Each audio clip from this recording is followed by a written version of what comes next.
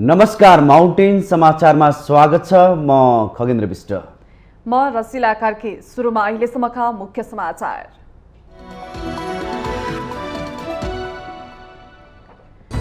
विधान अनुसार पार्टी नचलेको आलोचना खेपिरहेको कांग्रेसको केन्द्रीय कार्यसमिति बैठक आज पनि बस्दै थप भातृ तथा शुभेच्छुक संगठन निर्माण गर्ने प्रस्ताव, विभिन्न समितिको प्रतिवेदन पेश।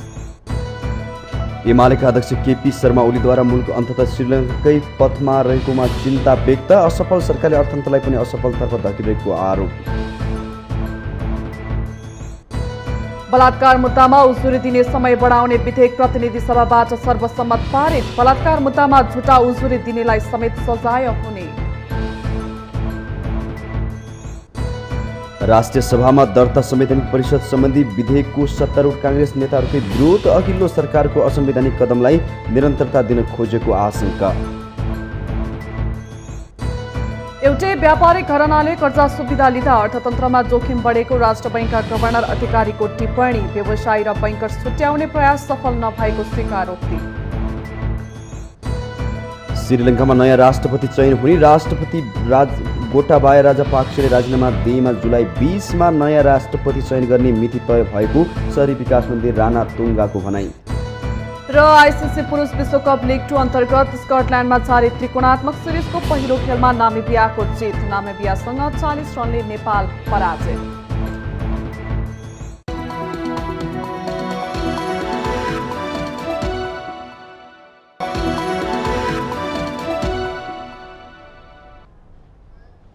अब समाचार विस्तारमा। विधानअनुसार पार्टी नचलेको आलोचना खेपिरहेको कांग्रेसको केन्द्रीय कार्य समिति बैठक सोमबार सुरु भएको छ। शेखर समौले सभापति शेरबहादुर देउवाले एकलौटी पार्टी चलाएको आरोप लगाइरहँदा बैठकको पहिलो दिन भातृ संस्थाको केन्द्रीय समितिलाई पूर्णता दिनुपर्ने माग गर्दै पार्टी कार्यालयमा विरोध प्रदर्शन भएको छ।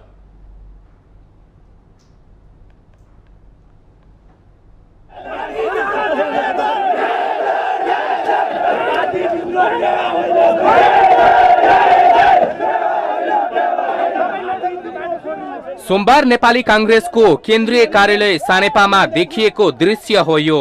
केन्द्रीय समिति बैठक सुरु हुनु अघि भातृ संगठनहरूले आफ्नो केन्द्रीय समितिलाई पूर्णता दिनुपर्ने माग गर्दै प्रदर्शन गरे। ब्यानर र प्लेकार्ड हातमा बोकेर नाराबाजीमा उत्रिएका भातृ संगठनका नेता कार्यकर्तालाई साम्य पार्न सुरक्षाकर्मीलाई समेत हम्मे हम्मे परेको थियो। पार्टी सभापति समेत रहेका प्रधानमन्त्री शेरबहादुर देउवा कार्यालय प्रवेश गर्दै गर्दा नाराबाजीले उग्र रूप लिएको थियो। नेपाल विद्यार्थी संघ, तरुण दल, महिला संघ लगायतका भातृ भगिनी संस्थाका शेखर पक्षीय नेता कार्यकर्ताले संस्थापन इत्तर खेमालाई सभापतिले पेलेको आरोप लगाएका छन्। शेखर कोइरालासँग जोडिएकै कारणले नेतृत्वमा पुग्न नपाउने परिपाटी देखिएको भन्दै पार्टी विधि विधानमा चलोस् भन्नका लागि आफूहरूले प्रदर्शन गरेको उनीहरूको दाबी छ। एकलौटी ढङ्गले अर्को पक्षलाई पार्टीभित्र अर्को पक्षलाई पेल्न खोज्नुभयो र उहाँ कुनै यो कांग्रेसको पार्टी सभापति नभई पाँचदलीय गठबन्धनको मात्रै पार्टी सभापति बन्न खोज्नुभयो। त्यो विषयमा हाम्रो पार्टीभित्रका हामी केही साथीहरूको, पार्टीका केही नेताहरूको यसमा केही आक्रोश पक्कै पनि हो। एकलौटी ढङ्गले चलेको भन्ने कुरा त परमारले भनिरहेछ नि। यदि पार्टी सभापतिले, केन्द्रीय कमिटीले हाम्रो खबरदारीलाई चाहिँ एकदमै फितलो तरिकाले लियो, एकदमै त्यसलाई चाहिँ गम्भीर तरिकाले लिएन भने चाहिँ हाम्रो खबरदारी यति मात्रै होइन, हामी त्यसका समानान्तर अरू कुराहरू गठन गर्ने तरिकाले पनि हामी एकदम बुलन्द तरिकाले जानेछौँ। अनि शेखर कोइरालासँग जोडिएका कारणले नेतृत्वमा नपुग्ने अथवा एबिसिडी अर्को पार्टीको नेताहरूसँग जोडिएका कारणले शेरबहादुर देउवासँग जोडिएका मान्छे मात्र नेता बन्नका लागि मात्रै चाहिँ यो खालको चाहिँ परिपाटी चाहिँ सुरु भएको छ। त्यो होइन कि योग्यता र क्षमताका आधारमा सबै समूहसँग विचारसँग जोडिएका कार्यकर्ताहरू, अब्बल कार्यकर्ताहरूलाई चाहिँ स्थान दिनुपर्छ। आफ्नो भातृ सङ्गठनहरूलाई बन्धकको रूपमा राखेको छ जुन अवस्था छ अहिले, त्यो अवस्थाले गर्दाखेरि र पार्टी विधान र विधिमा नचलेको कारणले गर्दाखेरि आज हामी सडकमा आउन बाध्य भएका छौँ। आइसियुमा रहेको भातृ सङ्गठनलाई चाहिँ कसरी बिउजाउने र कसरी उठाउने भन्ने कुरामा हामीहरू लागि परिरहेको छौँ। भित्र केन्द्रीय कार्य समितिको बैठक चलिरहँदा बाहिर भएको विरोधको विषयले बैठकमा प्रवेश पाउँछ त भन्ने प्रश्नको जवाफ कांग्रेस नेता देवेन्द्र राज कडेल यसरी दिनुहुन्छ। पार्टी भित्रका कुराहरूलाई लिएर जुन केहीहरू भनौँ हाम्रा भातृ सङ्घहरू जुन एउटा गठन भएका छन् केन्द्रका, त्यसमा चाहिँ नि स्वाभाविक हो महत्त्वाकांक्षा बढी छन्। हाम्रा 101 युवाहरू छन् जसले अवसर पायो भने राम्रो सङ्गठन हाँक्न सक्छन्। र तापनि विभिन्न कुरा हुँदाखेरि अब यो निर्वाचनको माध्यमबाट होइन कि अब यो त के हो भने एउटा सिलेक्सन अब तत्काल यो खाली रिक्त नरहोस् भन्ने हिसाबमा त्यसलाई फुलफिल गरिएको र त्यो फुलफिल गर्दाखेरि त्यसमा हरेक यो पस त्यो पस नभइकन त्यो कार्यसमितिमा त अरूलाई पनि राखिन्छ, त्यो व्यवस्थापन हुन्छ। त्यसले गर्दाखेरि त्यसलाई विरोध गर्नुपर्ने त्यति उपयुक्त हुँदैन। शेखर समूहको आइतबारको बैठकले अहिले सत्तामा दासहरूको प्रवृत्ति हाबी हुँदा भ्रष्टाचार बढेको भन्दै केन्द्रीय कार्य समितिमा सरकारको काम कारबाहीको पनि समीक्षा हुनुपर्ने एजेन्डा तय गरेको थियो। कांग्रेस प्रवक्ता डाक्टर प्रकाश शरण महत सबै विभागले पूर्णता पाउने भन्दै शेखर समूहले आधारहीन कुरा गर्दा पार्टी छविलाई नै खराब गर्ने बताउनुहुन्छ। अब नेपाल विद्यार्थी संघ, तरुण दल, महिला संघ लगायत जति पनि भातृ सङ्गठनहरू छन् अब त्यसले पनि पूर्णता पाउँछ, विभागहरूले पनि पूर्णता पाउँछ। कुनै पनि विषयलाई यसरी हचुवा भरमा आधार नै नभइकन उहाँलाई लाग्दछ कि त्यस्तो खाले चाहिँ प्रवृत्ति सरकारमा देखिया छ, त्यसको आधार छ भने चाहिँ केन्द्रीय समितिमा चाहिँ राखे भइगयो नि। सम्पूर्ण कुरा राख्न चाहिँ छुट छ त। बिना आधार बाहिर चाहिँ फ्यास बोलिदिएर त केही अर्थ लाग्दैन। त्यसले त अनावश्यक रूपमा पार्टीको इमेजलाई बिना आधार चाहिँ ड्यामेज गर्ने काम हुन्छ। त्यसमा हामी कोही पनि संलग्न हुनु। नाराबाजी सहितको दबावका बीच पनि भातृ संगठनहरूले उठाएका मागले बैठकमा प्रवेश पाउँछ त भन्नेमा अझै संशय देखिन्छ। अनि गुटगत भेला गरेर असन्तुष्टि सार्वजनिक गरेको शेखर समूह पार्टीमा विधि र पद्धतिको लागि कति दरो गरी खुट्टा टेक्छ त्यो पनि हेर्न बाँकी नै छ। माउन्टेन टेलिभिजन एसटीका लागि क्यामेरामा निखिल कपालीको साथमा नफराज पौडेलको रिपोर्ट। नेकपा एमालेका अध्यक्ष केपी शर्मा ओलीले पछिल्ला घटनाक्रम हेर्दा मुलुक अन्ततः श्रीलङ्काकै पथमा रहेको भन्दै चिन्ता व्यक्त गर्नु भएको छ। सोमबार काठमाडौँमा एमाले केन्द्रीय प्रचार तथा प्रकाशन विभागले आयोजना गरेको सम्पादकहरूसँगको अन्तर्क्रियामा प्रमुख प्रतिपक्षी दलका नेता समेत रहनुभएका अध्यक्ष ओलीले सरकार पूर्ण रूपमा असफल भएको र यो सरकारले अर्थतन्त्रलाई पनि असफलतातर्फ धकेलिरहेको आरोप लगाउनु भएको छ। पुग्ने नै लक्षण देखिन्छ, त्योभन्दा अगाडि बढ्न पनि बेर छैन। यही ढङ्गले जाने हो र यदि यस अधोगतिमा ब्रेक लगाइएन भने यो कम्तीमा पनि श्रीलङ्का पुग्छ। अधोगतिमा ब्रेक नलगाउने हो भने त्योभन्दा उँधो खस्न सक्छ। सम्पादकहरूले सरकार र वर्तमान गठबन्धन बारे गरेको प्रश्नको जवाफ दिँदै अध्यक्ष ओलीले देउवा नेतृत्वको गठबन्धन सरकार मृत भइसकेको र अब यो सरकारलाई बोकेर हिँड्नुको कुनै तुक नभएको बताउनुभयो। वाम गठबन्धनको चर्चाबारे जवाफ दिँदै अध्यक्ष ओलीले नक्कली बिहे गरेर सक्कली डिभोर्सको शैलीमा एमाले गठबन्धनको पक्षमा नरहेको पनि स्पष्ट पार्नु भएको छ। जस्तोसुकै गठबन्धन बनाएर भए पनि सत्तामा पुग्नुलाई नै एमालेले सर्वोपरि नठान्ने उहाँको भनाइरहेको छ। यो गठबन्धन देशका लागि यो मृत भइसक्यो। मृत भइसकेपछि सतीदेवीलाई शिवले काँधमा बोकेर हिँड्दा, भगवान शिवले बोकेर हिँड्दा त सतीदेवी बाँचिने काम लागेन भने यस्तो गठबन्धन बोकेर हिँडेर कुनै अर्थ छ? यो कुनै काम आउन सक्छ? त्यसकारण यो सड्ने गडाउने यसका अङ्ग प्रत्यङ्ग झरेर एउटा अङ्ग अस्ति झरेको देख्नुभयो तपाईँहरूले पटाक्क भएर। संहिताको कार्यान्वयनबारे अध्यक्ष ओलीले संविधान निर्माण गर्ने बेला संहिताबारे हतार भएको स्वीकार गर्दै अहिले नै असफल भयो भन्नुभन्दा पनि संहिता असफल हुने अवस्था आए राष्ट्रिय सहमति गरेर निर्णय लिन सकिने जानकारी दिनुभयो। कोसिस गर्नुपर्छ सकारात्मक ढङ्गले। यदि यो व्यवहारको क्रममा सफल हुन सकेन भने आफै परिणामले फेरि राष्ट्रिय सहमति भन्छ, फेरि राष्ट्रिय सहमति भन्छ नि। यसलाई यसरी जाउँ है, यस्तो गर्दा ठिक हुने रहेछ, समान निष्कर्ष पनि निस्किन सक्छ। अध्यक्ष ओलीले वर्तमान सरकार कसले चलाउँछ भन्ने प्रश्न उठेको बताउँदै प्रधानमन्त्री देउवाकी पत्नी आरजु राणा र उनका भाइलाई लक्षित गरेर कि म्याडम कि भाइ कि त भिनाजुले र सालाले चलाउनुहुन्छ भनी व्यङ्ग्य गर्नुभयो। अन्तर्क्रियामा माओवादी केन्द्रका अध्यक्ष पुष्पकमल दाहाल प्रचण्डलाई लक्षित गर्दै अध्यक्ष ओलीले प्रधानमन्त्री जोसुकै भए पनि सरकार चलाउने मैले हो भन्ने शक्तिले सरकार चलाएका छन् कि भनी पूर्ण प्रश्न पनि गर्नुभयो।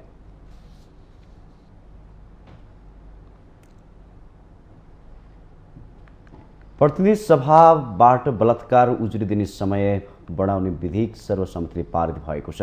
सोमबार बसेको प्रतिनिधि सभाको बैठकले यौन हिंसा विरुद्धका केही ऐनलाई संशोधन गर्ने विधेयक पारित गरेको हो। यौन हिंसा र बलात्कार जन्य घटना भएको खण्डमा नाबालिकाको हकमा बालिग भएपछि 1 वर्षभित्र उजुरी दिनुपर्ने अवस्था, अन्यथा मुद्दा नलाग्ने प्रचलित व्यवस्थालाई बदल्दै प्रतिनिधि सभाले उजुरी गर्न पाउने समय 1 वर्ष थपेको छ। यसअघि प्रतिनिधि सभामा विधेयकका सम्बन्धमा उठेका प्रश्नको जवाब दिँदै कानुन, न्याय तथा संसदीय मामिला मन्त्री गोविन्द प्रसाद शर्मा कोइरालाले क्रिमिनल जस्टिस सिस्टममा सुधारको आवश्यकतामा जोड दिनुभएको छ। यौन हिंसा विरुद्धको केही ऐनलाई संशोधन गर्न बनेको विधेयक 2079 माथि सांसदहरूले राखेका जिज्ञासाको जवाब दिने क्रममा मन्त्री कोइरालाले यौन हिंसा नियन्त्रणका लागि सुधारको आवश्यकता औल्याउँदै त्यसका लागि कानुन आयोगले काम गरिरहेको पनि स्पष्ट पार्नुभयो। सरकारलाई अहिले लिगल भ्याकुम नराख्नको लागि यो अध्यादेशको प्रतिस्थापन गर्न आएको विधेयकलाई पास गरौँ। एउटा क्षेत्रमा मात्र होइन, यसको धेरै क्षेत्रमा अध्ययन गरेर सुधार आवश्यक छ। हदम्याददेखि लिएर सबै क्षेत्रमा सुधार आवश्यक छ। क्रिमिनल जस्टिस सिस्टममा सुधार आवश्यक छ। त्यो कुरा गर्नको लागि कानुन आयोगले अध्ययन गरिरहेको छ, त्यसलाई पर्खौँ भनेर निवेदन गरेँ। उक्त विधेयकमाथिको छलफलमा भाग लिँदै नेपाल मजदुर किसान पार्टीका सांसद प्रेम सुवालले यौन हिंसाका अपराधीलाई जोगाउने ढङ्गले कानुनको व्याख्या हुने गरेको टिप्पणी गर्नुभएको छ। सांसद सुवालले निर्मला पन्तको हत्या अझै पनि पत्ता लगाउन नसकेको दृष्टान्त पेश गर्दै यौन हिंसाका अपराधीलाई जोगाउने गरी कानुनको व्याख्या हुने गरेको बताउनु भएको हो। शिक्षालाई हामीले निशुल्क ढङ्गले बन्दोबस्त गरिदियौँ भने मान्छेको सांस्कृतिक स्तर उठ्छ, मानसिक रूपमा सन्तुलित हुन्छ र यस्तो खराब र यौनजन्य हिंसामा लाग्ने छैनन्। 17औं नेपाली काङ्ग्रेसकी सांसद लीला संग्रौलाले सरकारले संसदमा पेश गरेको यौन हिंसा विरुद्धको केही ऐनलाई संशोधन गर्न बनेको विधेयक 2079 प्रति असन्तुष्टि जनाउनु भएको छ। सांसद संग्रौलाले सो विधेयक बलात्कार जस्ता जघन्य अपराधको घटना नियन्त्रण गर्न पर्याप्त नभएको भन्दै असन्तुष्टि व्यक्त गर्नुभएको हो। यो विधेयकलाई हेर्दा दण्ड सजायको व्यवस्था गरेको छ, जरिमानाको व्यवस्था गरेको छ, केही हदम्याद बढाएको छ। यसले मात्रै समाजलाई सुधार गर्न सक्दैन। त्यसैले हामीले अन्तर्राष्ट्रिय मापदण्डलाई हेरौँ, संयुक्त राष्ट्र सङ्घका उदाहरणहरूलाई हेरौँ, त्यो उदाहरण हेरेर यो कानुन निर्माण गरौँ। फरक प्रसङ्गमा प्रमुख प्रतिपक्षी दल नेकपा एमाले सरकारले नेपाल प्रहरीका लागि 84 करोडको हतियार किन्न लागेको भन्दै विरोध जनाएको छ। सोमबार प्रतिनिधि सभाको बैठकमा समय माग गरी बोल्दै एमाले सांसद नवराज सिलवालले सरकारले 84 करोड रुपियाँ बराबरको हतियार किन्नका लागि बजेट रकमान्तर गरेको भन्दै त्यसप्रति आपत्ति जनाउनु भएको हो। 1/3 मूल्य पनि पर्ने छैन। हतियारको कमिसन 200-300% बढाएर कोटा बढाएर यो ढङ्गले चाहिँ देशलाई लुट्ने, राज्यलाई लुट्ने ढङ्गले गठबन्धन अगाडि बढेको छ। यो धोका हो, मुलुकप्रतिको राष्ट्रघात हो। सामान्य सभामुखले उहाँले हाल नेपाल प्रहरीलाई हतियार नभई ब्यारेक र प्रविधि चाहिएको बताउनुभयो। प्रहरीलाई प्रविधि भित्राएर अनुसन्धान योग्य बनाउनु पर्ने उहाँले बताउनुभयो।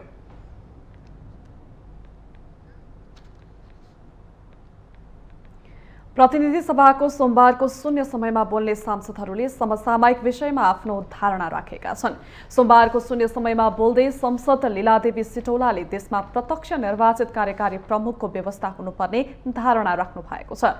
सांसद सिटौलाले संघ र प्रदेशका सांसद संख्या घटाएर सानो बनाउनु पर्ने र पूर्ण समानुपातिक बनाउनु पर्नेमा जोड दिनुभयो।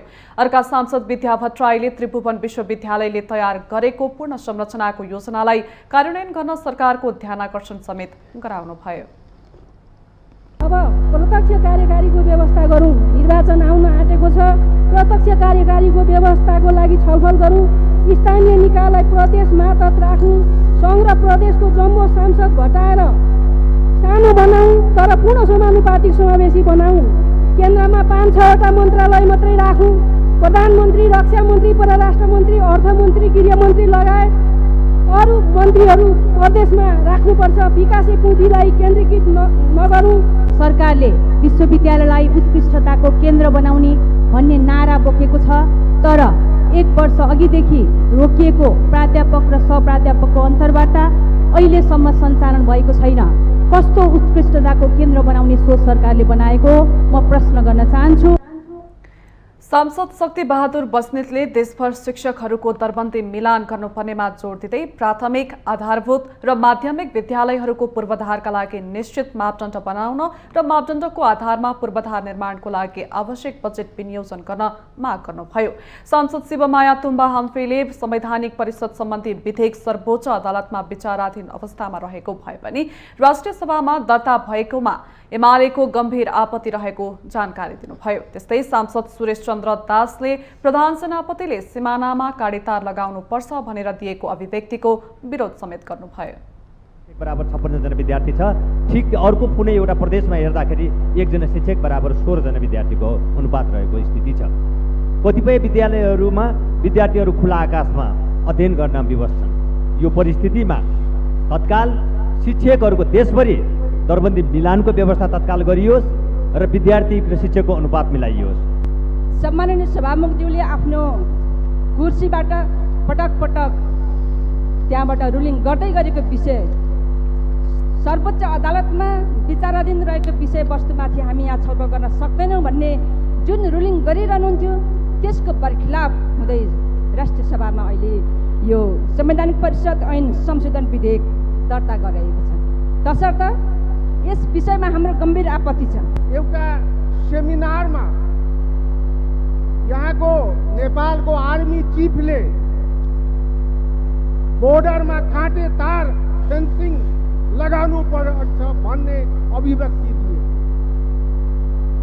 यो अभिव्यक्ति, यो निर्णय पोलिटिकल स्तरमा गर्ने।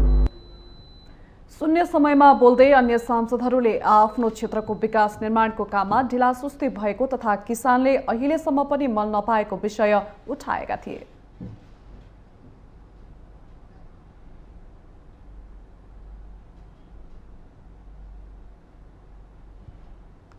नेकपा एकीकृत समाजवादीका सामान्य नेता झलनाथ खनालले चिनिया कम्युनिस्ट पार्टीका नेताहरूको नेपाल भ्रमण कुनै पार्टीलाई मिलाउने सिलसिलामा नभएको दावी गर्नुभएको छ।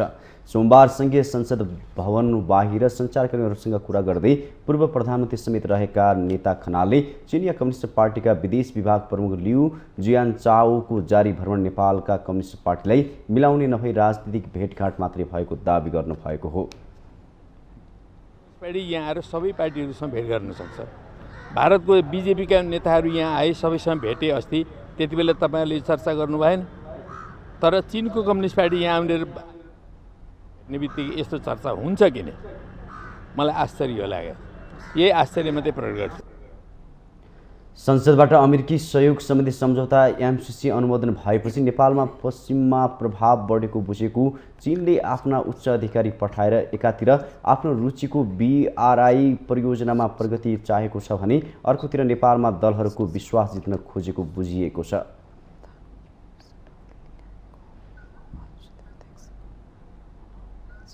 माउन्टेन समाचारमा पालो भएको छ विश्रामको।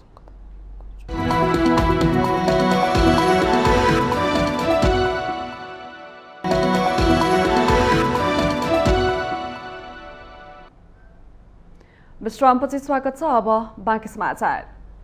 सरकारले संवैधानिक परिषदको गणपूरक संख्यादेखि निर्णय प्रक्रियासम्म संशोधन गर्ने गरी नयाँ विधेयक ल्याएको छ। राष्ट्रिय सभामा दर्ता भएको सो विधेयक पूर्व प्रधानमन्त्री केपी शर्मा ओलीले ल्याएको बहुआलोचित विधेयकसँग हुबहु मिल्छ। तत्कालीन प्रधानमन्त्री ओलीको सो कदमको चर्को विरोध गर्नेहरू सरकारमा पुगेपछि ओलीकै जस्तो असंवैधानिक कदम चाल्नुले स्वयं प्रधानमन्त्री देउवालाई मात्रै होइन 5 दलीय गठबन्धनलाई समेत व्यङ्ग्य गरिरहेको छ। प्रधान न्यायाधीश संवैधानिक निकायका प्रमुख र पदाधिकारी नियुक्तिको बाटो खोल्न सरकारले तत्कालीन प्रधानमन्त्री केपी शर्मा ओलीले ल्याएको अध्यादेशसँगै मेल खाने गरी संवैधानिक परिषद सम्बन्धी ऐन संशोधन प्रक्रिया अगाडि बढाएको छ। सरकारले संवैधानिक परिषद सम्बन्धी ऐन 2066 लाई संशोधन गरेर संविधानको व्यवस्थासँग बाँझिने गरी कानुनी व्यवस्था गर्न खोजेको देखिन्छ। संवैधानिक परिषदको गणपूरक संख्यादेखि निर्णय प्रक्रियासम्म संशोधन गर्न सरकारले यो विधेयकलाई अघि बढाएको हो। विधेयकमा अध्यक्ष र तत्काल बहाल रहेका कम्तीमा 50% सदस्य उपस्थित भएमा संवैधानिक परिषद बैठकका लागि गणपूरक संख्या पुगेको मानिने प्रावधान राखिएको छ। एमाले अध्यक्ष ओली नेतृत्वको सरकारले उस्तै प्रकृतिको अध्यादेश जारी गर्दा चरको विरोध गर्ने पात्रहरू अहिले त्यही कदम किन चाल्दैछन् त भन्ने प्रश्नमा काङ्ग्रेस नेत्री डिला सङ्ग्रौला यसलाई स्वाभाविक र कानुन सम्मत भएको दावी गर्नुहुन्छ। पहिलो कुरा चाहिँ यो तपाईँले उठाउन खोजेको संवैधानिक परिषद सम्बन्धी विधेयक जो हामीले केपी ओलीको पारामा पनि यो विधान सम्मत छैन, नीति सम्मत छैन हैन, यो चाहिँ साधारण बहुमतले पारित गर्ने छैन भने पनि त्यो अडान अहिले पनि छ। त्यो विधेयक चाहिँ राष्ट्रिय सभाबाट फिर्ता लिनुपर्छ भने मेरो स्पष्ट अडान छ हैन। दोस्रो नागरिकता सम्बन्धी विधेयक हामीले फरक मत दर्ज गरेका थियौँ। म राज्य व्यवस्था सुशासन समितिको सदस्य, यसले राष्ट्रिय सहमति कायम गर्न सकेन। सरकारले राष्ट्रिय सहमति कायम गर्ने भनेर त्यो विधेयक फिर्ता ल्याएको छ। तुरुन्तै चाहिँ नागरिकता सम्बन्धी विधेयक आउँदैछ, देशभरि नेपाली नागरिकता पाउँछन्, यसमा सरकार दृढ छ। ओलीले ल्याएको अध्यादेशको चर्को विरोध गरेका देउवाले सोही व्यवस्थासँग मेल खाने गरी विधेयक ल्याएका हुन्। ओलीले 3 पटक अध्यादेश ल्याएर संवैधानिक परिषदसँग सम्बन्धित कानुन परिमार्जन गरी आफू अनुकूल बनाउन खोजेका थिए र 3 जनाको मात्रै उपस्थित भए पुग्ने व्यवस्था गरेका थिए। तर सभामुख अग्निप्रसाद सापकोटा र प्रधानमन्त्री देउवाको असहयोगका कारण ओलीले अध्यादेश फिर्ता गर्न राष्ट्रपति विद्यादेवी भण्डारीलाई सिफारिस गर्नु परेको थियो। अहिले उपसभामुख पद खाली छ। तत्काल कायम रहेको सदस्यको बहुमत भए पुग्ने प्रस्तावित व्यवस्थाले फेरि पनि 3 जना बसेर गर्ने निर्णय नै संवैधानिक निर्णय हुने भएको छ, जुन संविधानको कल्पना र आधारभूत संरचनाको विरुद्धमा रहेको छ। प्रमुख प्रतिपक्ष दल एमालेको सरकारको यो कदमबारे यस्तो टिप्पणी छ। केपी ओलीले धेरै पटक शेरबहादुरजीलाई बोलाउनु भयो बैठकमा हैन, अनि बडा प्राविधिक समस्या पर्यो। अनि त्यसपछि अध्यादेश मार्फत जे कुरा लिएर आउनुभएको थियो, अहिले केही मिडियाहरूले ओली पथमै देउवा भन्न थालेको भने देखाएको छौँ बिस्तारै। यो के हुँदो रहेछ भने कम्युनिस्टहरूले सही काम गरे पनि विरोधै हुने, कम्युनिस्टहरूसँग बैशाखी टेकेर कम्युनिस्ट विरोधीहरूले जे गरे पनि हुने मुलुक भयो। त्यसले गर्दा सही मान्यता स्थापित हुने भएन। आफू प्रतिपक्षमा हुँदा ओली सरकारको कदमलाई असंवैधानिक र स्वेच्छाचारी भएको भन्दै सडकदेखि सदनसम्म आन्दोलन गरेर सत्तामा पुगेका देउवाले त्यही बाटो पछ्याएर आफ्नो राजनीतिक साख गिराउने काम गरेका छन्। प्रधानमन्त्री नै संविधानको तेजोवध गर्न उद्यत भए पनि संविधान कार्यान्वयनप्रति नै शङ्का उब्जिएको छ। माउन्टेन टेलिभिजन एचडीका लागि क्यामेरामा प्रदीप फलानका साथमा बटुकराज गिरीको रिपोर्ट। नेपाली काङ्ग्रेसका नेता डाक्टर शेखर कोइरालाले सरकारले संवैधानिक परिषद सम्बन्धी विधेयक फिर्ता लिनुपर्ने बताउनु भएको छ। पार्टीको केन्द्रीय समितिको बैठकका लागि केन्द्रीय कार्यालय सानेपा पुगेका नेता कोइरालाले सरकारले राष्ट्रिय सभामा दर्ता गराएको संवैधानिक परिषद सम्बन्धी विधेयक फिर्ता लिनुपर्ने बताउनु भएको हो। उहाँले तत्कालीन केपी शर्मा ओली नेतृत्वको सरकारले ल्याउँदा पनि गलत प्रक्रिया भएको भनेर विरोध गरेको भन्दै सो विधेयक लैजानु नहुने बताउनुभयो।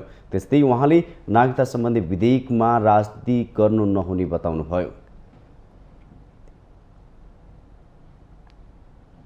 नागरिकतामा चाहिँ नि हामीहरूले राजनीति गर्नु हुँदैन। नागरिकता सम्बन्धी विधेयकमा होइन, यसमा चाहिँ नि सबै राजनीतिक दलहरू एक ठाउँमा उभिएर नागरिकता दिनैपर्छ।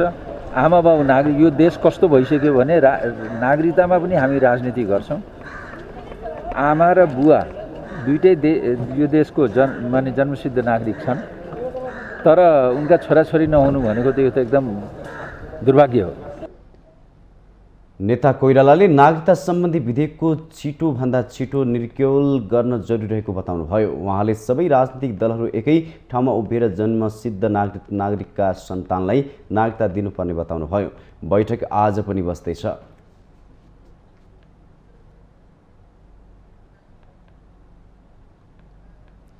पूर्व अर्थमन्त्री डाक्टर युवराज खतिवड़ाले निर्यात हुने वस्तुहरूको कच्चा पदार्थ र प्रविधिलाई आयात गरेर निर्यातको आधार बनाउन नसके सरकारले उच्च व्यापार घाटा बेहोर्नुपर्ने चेतावनी दिनुभएको छ। सोमबार अनिरासो ब्यू केन्द्रीय कमिटीद्वारा आयोजित नेपालको अर्थतन्त्रको अवस्था, अन्तर्राष्ट्रिय प्रभाव र यसको समाधान विषयक अन्तर्क्रिया कार्यक्रममा बोल्दै पूर्व अर्थमन्त्री खतिवड़ाले यसको चेतावनी दिनुभएको हो। उहाँले नेपालमा उत्पादनको लागि वस्तु आयात गर्ने तर निर्यात गर्ने अवस्था नभएकाले उच्च व्यापार घाटा बढ्दै गएको जानकारी दिनुभयो। पूर्व अर्थमन्त्री डाक्टर खतिवड़ाले सेवा, रेमिट्यान्स, उच्च कर्जा प्रवाह, प्रत्यक्ष विदेशी लगानीलाई व्यवस्थित गर्न नसके व्यापार घाटा र विदेशी मुद्रा सञ्चित घट्दै जाने जानकारी दिनुभयो।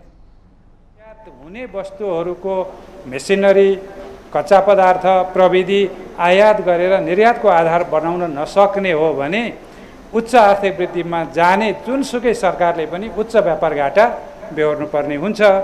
अनि सेवा निर्यातले, रेमिट्यान्सले, पुँजी प्रवाहले अथवा त्यो मानेमा प्रत्यक्ष विदेशी लगानीले त्यो कुरा पुरा गर्न सकेन भने भुक्तानी घाटा हुन्छ र विदेशी मुद्राको सञ्चिति घट्दै जान्छ। सोही कार्यक्रममा नेकपा एमालेका उपाध्यक्ष विष्णुप्रसाद पौडेलले विधि र मान्यतालाई अस्वीकार गरेर ल्याएको बजेट मान्न नसकिने बताउनु भएको छ। पूर्व अर्थमन्त्री समेत रहेका पौडेलले गठबन्धन सरकारले ल्याएको बजेट विवादमा परेकाले अहिले मुलुक बजेटविहीन रहेको दावी गर्नुभयो। प्रक्रियाका बारेमा यो बजेट ठिक ढङ्गले बन्यो कि बनेन भनेर अध्ययन स्वयं सम्मानित सदनले चाहिँ अध्ययनका निम्ति कार्यदल बनाइरहेको छ भनेदेखि अब त्यो यो बजेटलाई तपाईँ बजेट मानेर कार्यान्वयन गर्न सक्नुहुन्न। त्यस कारणले म भन्छु यहाँ बजेट छैन। म यो अहिले नेपाली समाज यति बेला बजेटविहीनताको अवस्थामा छ भन्ने म मान्दछु। पूर्व अर्थमन्त्री पौडेलले प्रधानमन्त्री शेरबहादुर देउवा नेतृत्वको सरकारको बहिर्गमन नै अर्थतन्त्रको निकास भएको दावी गर्नुभयो। उहाँले अब फेरि जनताको जनादेशबाट एमाले अध्यक्ष केपी शर्मा ओली प्रधानमन्त्री बनेर अर्थतन्त्र सुधार गर्ने दावी गर्नुभयो।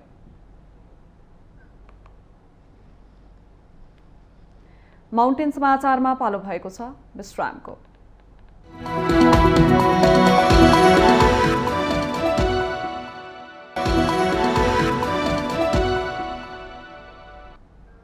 विश्रामपछि स्वागत छ बाँकी समाचार। सवारी साधनका लागि व्यवस्थित पार्किङ नहुँदा काठमाडौँ महानगरवासीलाई समस्या परेको छ। महानगरमा सहज पार्किङ त छैन नै, भएका पार्किङमा पनि शुल्क चर्को छ। वर्षौंदेखि पार्किङको सामान्य समस्यामै रुमलिरहेको महानगरको स्मार्ट पार्किङको अवधारणा पनि त्यत्तिकै सेलाएर गएको छ। काठमाडौँ महानगरपालिकामा व्यवस्थित पार्किङको समस्या पुरानै हो। पार्किङको सामान्य समस्या समेत हल गर्न नसकेको महानगरले अनियन्त्रित र अव्यवस्थित पार्किङ सुधार्न भन्दै अगाडि सारेको स्मार्ट पार्किङको अवधारणा पनि अलपत्र छ। यात्रु र सवारी चालक आज पनि उही पुरानै पार्किङको समस्या लिएर हिँड्न बाध्य छन्। ट्राफिक नियम अनुसार सडकमा सवारी साधन पार्किङ गर्न पाइँदैन, तर महानगरका केही ठाउँमा सडकमा मात्रै नभएर फुटपाथ समेत पार्किङका लागि उपयोग गरिएको छ। नियम विपरीत सडकमा गरिएको पार्किङले सवारी साधन गुडाउन मात्रै होइन, पैदल यात्रुलाई हिँड्न समेत बाधा पुगेको छ। फुटपाथमा चाहिँ पसलहरू नराख्ने भनेको छ, तर उहाँले चाहिँ पहिला काम गर्नेलाई चाहिँ ध्यान दिनुभयो। पहिला चाहिँ उहाँहरूले चाहिँ अब हाम्रो सहजको लागि फर्स्टमा चाहिँ पार्किङ चाहिँ व्यवस्थापन गर्नुपर्छ। पार्किङ व्यवस्थित नभएका कारणले चाहिँ धेरै दुर्घटनाहरू पनि भइरहेका हामीले दिनहुँ खबरहरू सुनिरहेका हुन्छौँ। अब यसलाई चाहिँ अब हुन त अब यति छिटो हामीले अपेक्षा गर्नु पनि त्यो अब अनौठो कुरा हो, तर उहाँले चाहिँ अब छिटोभन्दा छिटो अब फुटपाथको त हटाउनु भयो, अब यसमा पनि हटाउनु भयो भने चाहिँ हामी चाहिँ धेरै खुसी हुन्छौँ। तर हामीलाई चाहिँ साँच्चीकै चाहिँ असहज चाहिँ भएको चाहिँ छ। अब सन्दा पहिले त यहाँ बटुवाहरू जो छन् होइन हिँडिरहन्छन्, तिनीहरूलाई गाह्रो हुन्छ। अब यो पार्किङको लागि चाहिँ स्मार्ट पार्किङ कन्सेप्ट भनेको त धेरै राम्रो हो, तर त्यसलाई चाहिँ अलिकति हामीले चाहिँ होइन के भन्छ सिस्टमेटिक वेल अर्गनाइज अलि गर्न सक्यो भने त्यो चाहिँ अलि राम्रो हुन्छ जस्तो लाग्छ मलाई। यदि सिस्टमेटिक गरेर अनि त्यो जुन हाम्रो शुल्क हुन्छ, शुल्क धेरै नलिने, नमिनल लिने, नमिलेर त्यसलाई सिस्टमेटिक बनाइदिने, त्यसो गर्न सक्यो भने चाहिँ सबैलाई चाहिँ राम्रो हुन्छ जस्तो लाग्छ मलाई। ट्राफिक जाम कम गर्ने र यात्रुलाई हिँड्न सहज होस् भन्ने उद्देश्यले पछिल्ला वर्षमा जनताकै घर जग्गा मिचेर सडक चौडा बनाइएका छन्, तर तीमध्ये धेरै ठाउँ पार्किङले ओगटेको छ। सवारी चालकहरू भने सवारी साधन पार्किङ गर्ने स्थल नभएकाले जथाभावी पार्किङ गर्न बाध्य भएको र कहीँ पार्किङ स्थल भए पनि शुल्क निकै महँगो भएको दुखेसो पोख्छन्। उनीहरूलाई जथाभावी पार्किङ गर्दा ट्राफिकले चिट काट्ने डर अधिक छ। जति नै भने पनि स्मार्ट पार्किङ भने पनि त्यो चाहिँ अहिलेसम्म लागू भएको छैन। अनि हामीले चाहिँ अब पार्किङ चाहिँ खासै छैन नि, बाटोमा जहाँ भयो त्यो राख्नुपर्छ। अनि हजुरको ट्राफिक आएर बाइक उठाएर लगिदिने, अनि त्यसपछि समस्या भयो त्यो होइन। हजुरको अब फेरि लिन्छ, हजुरको फेरि हजुरको यस्तो अव्यवस्थित राख्दाखेरि त हजुरको पैसा पनि महँगो तिर्नु पऱ्यो। हजुरको किन हामीले निकाल्दाखेरि 1000 रुपियाँ बढी तिर्नुपर्छ। त्यो हिसाबले त एउटा केही अहिलेसम्म खास केही काम गरेको छैन भनौँ न। निश्चित ठाउँमा हजुरको पार्किङ एरिया छुट्याइदियो भने चाहिँ त्यो सजिलो हुन्थ्यो। कति बेर अब इमर्जेन्सीमा आउनुपर्ने हुन्छ, जानुपर्ने हुन्छ, ठाउँमा रोक्न पाइँदैन, त्यसले असुविधा त हुन्छ नै। पार्किङ यहाँ ठाउँमा गर्न नपाएपछि धेरै टाढा जानुपर्ने हुन्छ, कति घुम्नुपर्ने हुन्छ। तपाईँको प्रति घन्टा 15 रुपियाँदेखि 25 रुपियाँ त लगाउनुहुन्छ। अब कुनै बेला अब हामीले त हाम्रो कामको लागि त हेरिँदैन, तर एक हिसाबले यो चाहिँ गलतै हो। महानगरपालिकाले सडकको छेउमा सेता धर्सा तानेर डिजिटल बिल दिएकै भरमा त्यसैलाई नागरिकले स्मार्ट पार्किङ ठानिरहेका छन्। महानगरपालिकाले सवारी पार्किङ व्यवस्थित बनाउन बजेट पनि छुट्याउने गरेको छ। सामान्य पार्किङलाई व्यवस्थित बनाउन नसकेको महानगरपालिकाको स्मार्ट पार्किङको अवधारणा अलपत्र नै छ। ब्ल्याक टप भनेको गाडी कुदाउनेले राखे हो, त्यो पार्किङलाई राखेकै होइन, तर विकल्प भएन के। अर्को विकल्प होइन, त्यही त विकल्प नभएको अवस्थामा हामीले त्यो बाध्यात्मक अवस्था हो क्या। त्यसलाई कानुनी रूपले वैध बनाउन खोजेको पनि होइन। ब्ल्याक टपमा पार्किङ गर्न दिनुपर्छ भन्ने हाम्रो काठमाडौँ महानगरपालिकाको कन्सेप्ट पनि होइन। त्यो गर्नु हुँदैन भन्ने कुरा सबै हामीलाई थाहा पनि छ, हामी सचेत पनि छौँ, तर विकल्प नभए त्यो निर्विकल्प अवस्था भएको। महानगर प्रहरीको तथ्याङ्क अनुसार आर्थिक वर्ष 2078-79 मात्रै जथाभावी पार्किङका कारण 15,000 सवारी धनी कारवाहीमा पर्दा करिब 1,50,00,000 राजस्व उठेको छ। यो विगत 3 वर्षकै अधिक पनि हो। यो आर्थिक वर्षमा अहिलेसम्म चाहिँ हामी एउटा सवारी साधन बापत 1,000 रुपियाँ दण्ड जरिवाना गर्छौँ। त्यसरी जरिवाना गर्दै गर्दा 1,50,00,000 रुपियाँ दाम आम्दानी त्यो जरिवानाको चाहिँ तपाईँको ब्याङ्क दाखिला भइसकेको छ। यो जहाँ चाहिँ तपाईँको चाहिँ पार्किङ भनेर तोकिएको स्थान छ, तोकिएको स्थानमा राखेका बाहेक जति पनि जेब्रा क्रसमा राखेका, पैदल यात्रुहरू हिँड्ने ठाउँमा राखेका, नतोकेको ठाउँमा राखेर भिडभाड भएका सवारी साधनहरूलाई हाम्रो चाहिँ टोलीले कारबाही गर्छ। बढ्दो जनघनत्वसँगै सवारी साधन बढ्नु स्वाभाविक पनि हो, तर समय अनुरूप देखा परेका समस्या समाधान गर्नेतिर महानगर पनि तदारुकताका साथ लाग्नु पर्दछ। महानगरका प्रतिनिधिहरूले चुनावी एजेन्डामै स्मार्ट पार्किङ बनाउने उल्लेख गरेका थिए, तर अहिले आफ्नो चुनावी एजेन्डा नै बिर्सिएको जस्तो भान भइरहेको छ। माउन्टेन टेलिभिजन एचडीका लागि क्यामेरामा विवेक श्रेष्ठका साथमा बिन्दु अधिकारीको रिपोर्ट। रूपन्देहीको दक्षिणी भेग भैरवाहा लुम्बिनी क्षेत्रमा वर्षौंदेखिको विद्युतीय समस्या समाधान हुने भएको छ। मैनिया सब स्टेशन निर्माणको काम सकिएपछि अब भैरवाहा लुम्बिनी क्षेत्रको विद्युतीय अनियमितताको समस्या समाधान हुने भएको हो। रूपन्देहीको दक्षिणी भेग भैरहवा लुम्बिनी क्षेत्रका बासिन्दाहरू वर्षौंदेखिको विद्युतीय समस्याबाट मुक्त हुने भएका छन्। नेपाल विद्युत प्राधिकरणले महत्वका साथ सुरु गरेको मैनहिया सब स्टेशन निर्माण सकिएर वितरण समेत सुरु भएको भन्दै नेपाल विद्युत प्राधिकरण भैरहवाले उक्त क्षेत्रको वर्षौंदेखिको समस्या समाधान हुने जनाएको छ। यहाँबाट चाहिँ हामीले दुईटा चाहिँ अमुवामा 33 केबी सर्किट अमुवा साइडमा बनाएको छौँ र अर्को दुईटा सर्किट चाहिँ हामी बेत्री साइडमा चाहिँ सम्पन्न भइसकेको छ काम। र त्यो दुईटा सर्किटमध्ये हामीले यो मैनैया बेत्री लाइनबाट हामीले यो बेत्री साइडको उद्योगहरूलाई चाहिँ आज हामीले सप्लाई दिएका छौँ। र अर्को चाहिँ हाम्रो दुईटा सर्किट चाहिँ भैरवाको लाइन बन्दैछ, लगभग चाहिँ यो 1 महिनाभित्रमा यो काम सम्पन्न हुन्छ। गोरुसिंगे बुटोल लुम्बिनी 132 केभी आयोजना अन्तर्गतको मैनहिया सब स्टेशनको सुरुवातसँगै रूपन्देहीको दक्षिणी क्षेत्रमा भइरहेको विद्युतीय समस्या समाधान हुने देखिएको हो।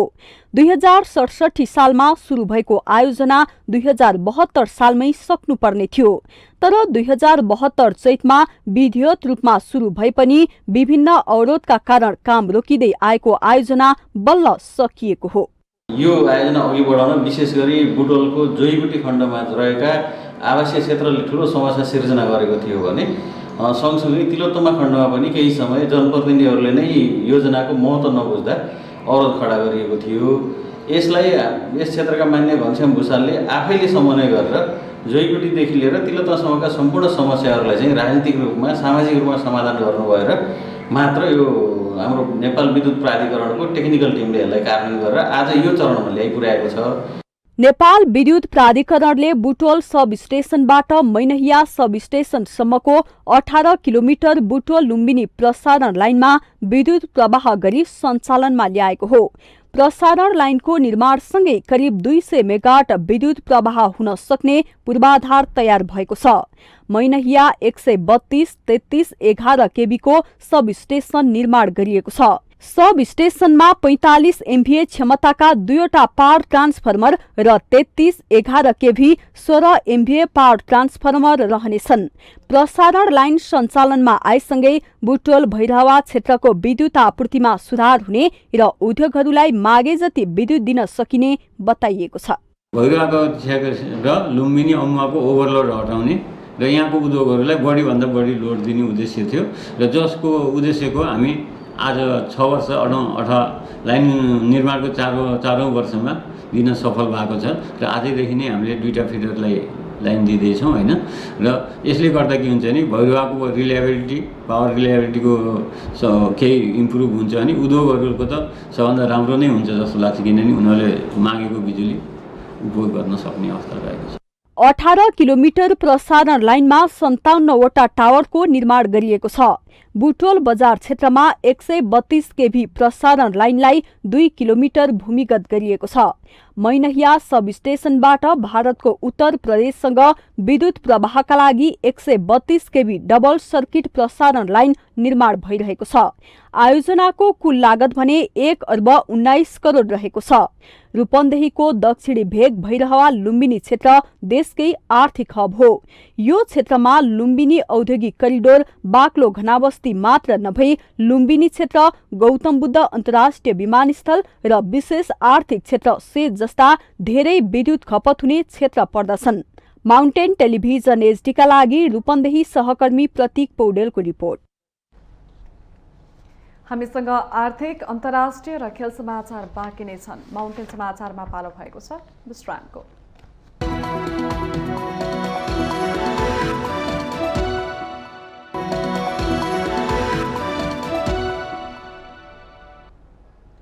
विश्रामपछि स्वागत छ। अब पालो आर्थिक समाचारको। आर्थिक समाचारको साथमा मेरो देश मेरो जगदम्बा सिमेन्ट, गुणस्तरको नयाँ स्तर Riddhi Siddhi cement, Jagadamba super sign तथा ग्याल्बा प्लस जस्ता पाता जीवनभरको भरोसा।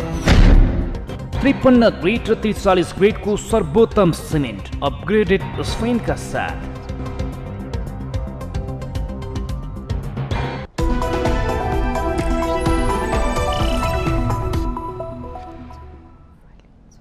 नेपाल राष्ट्र बैंकका गभर्नर महाप्रसाद अधिकारीले मुलुकमा एउटै व्यापारिक घरानाले बैंकिङ कर्जा सुविधा लिँदा अर्थतन्त्रमा जोखिम बढेको औल्याउनु भएको छ।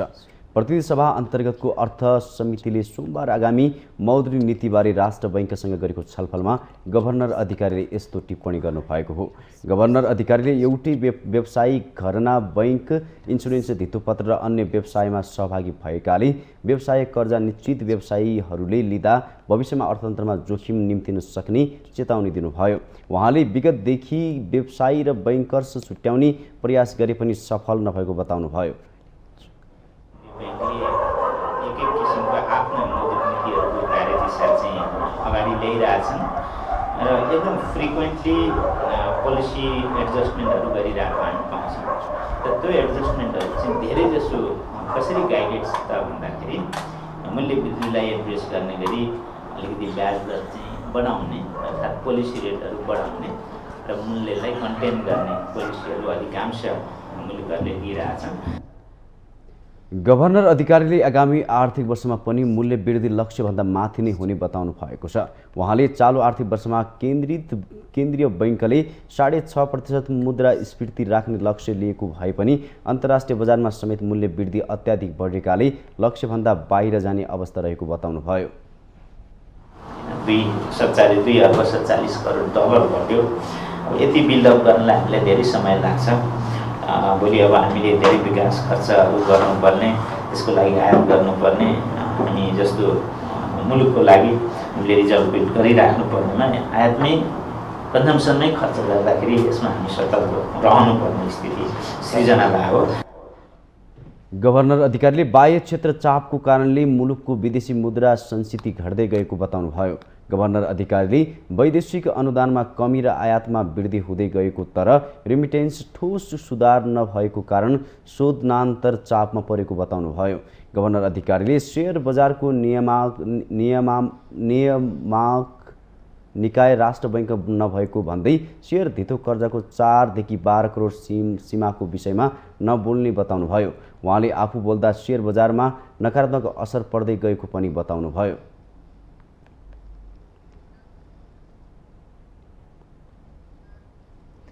साताको पहिलो कारोबार दिन सोमबार नेप्से परिसूचकमा उच्च अङ्कले गिरावट आएको छ।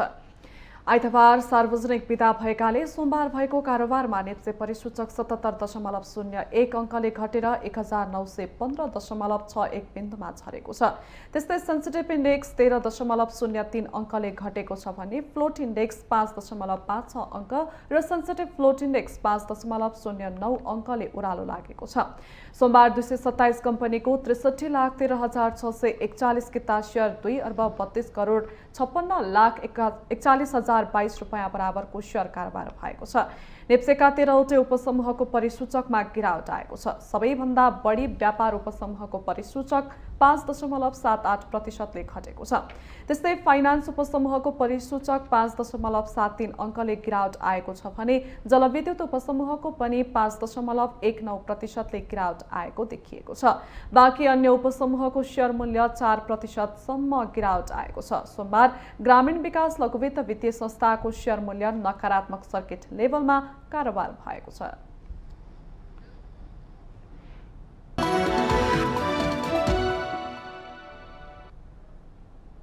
विश्रामपछि स्वागत छ। यो सँगै हामी माउन्टेन समाचारको अन्त्यमा आइपुगेका छौँ। जाँदा जाँदै मुख्य समाचार पुनः एकपटक।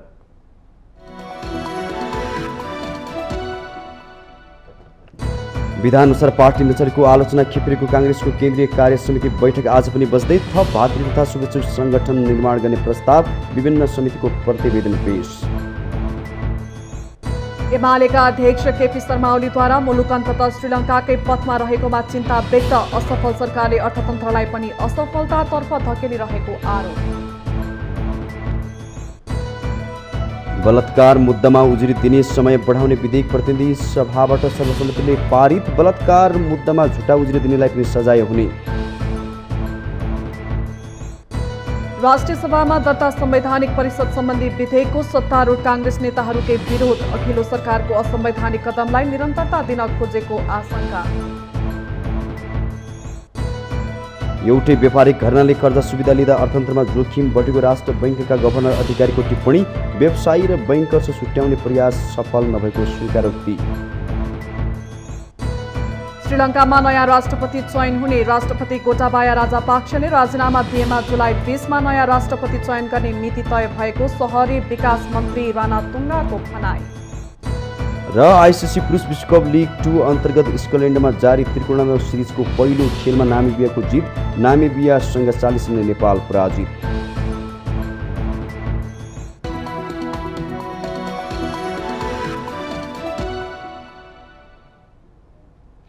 माउन्टेन समाचार अहिलेलाई सकियो। सत्य, तथ्य र निष्पक्ष समाचारका लागि माउन्टेन टेलिभिजन HD हेर्दै रहनुहोला। नमस्कार।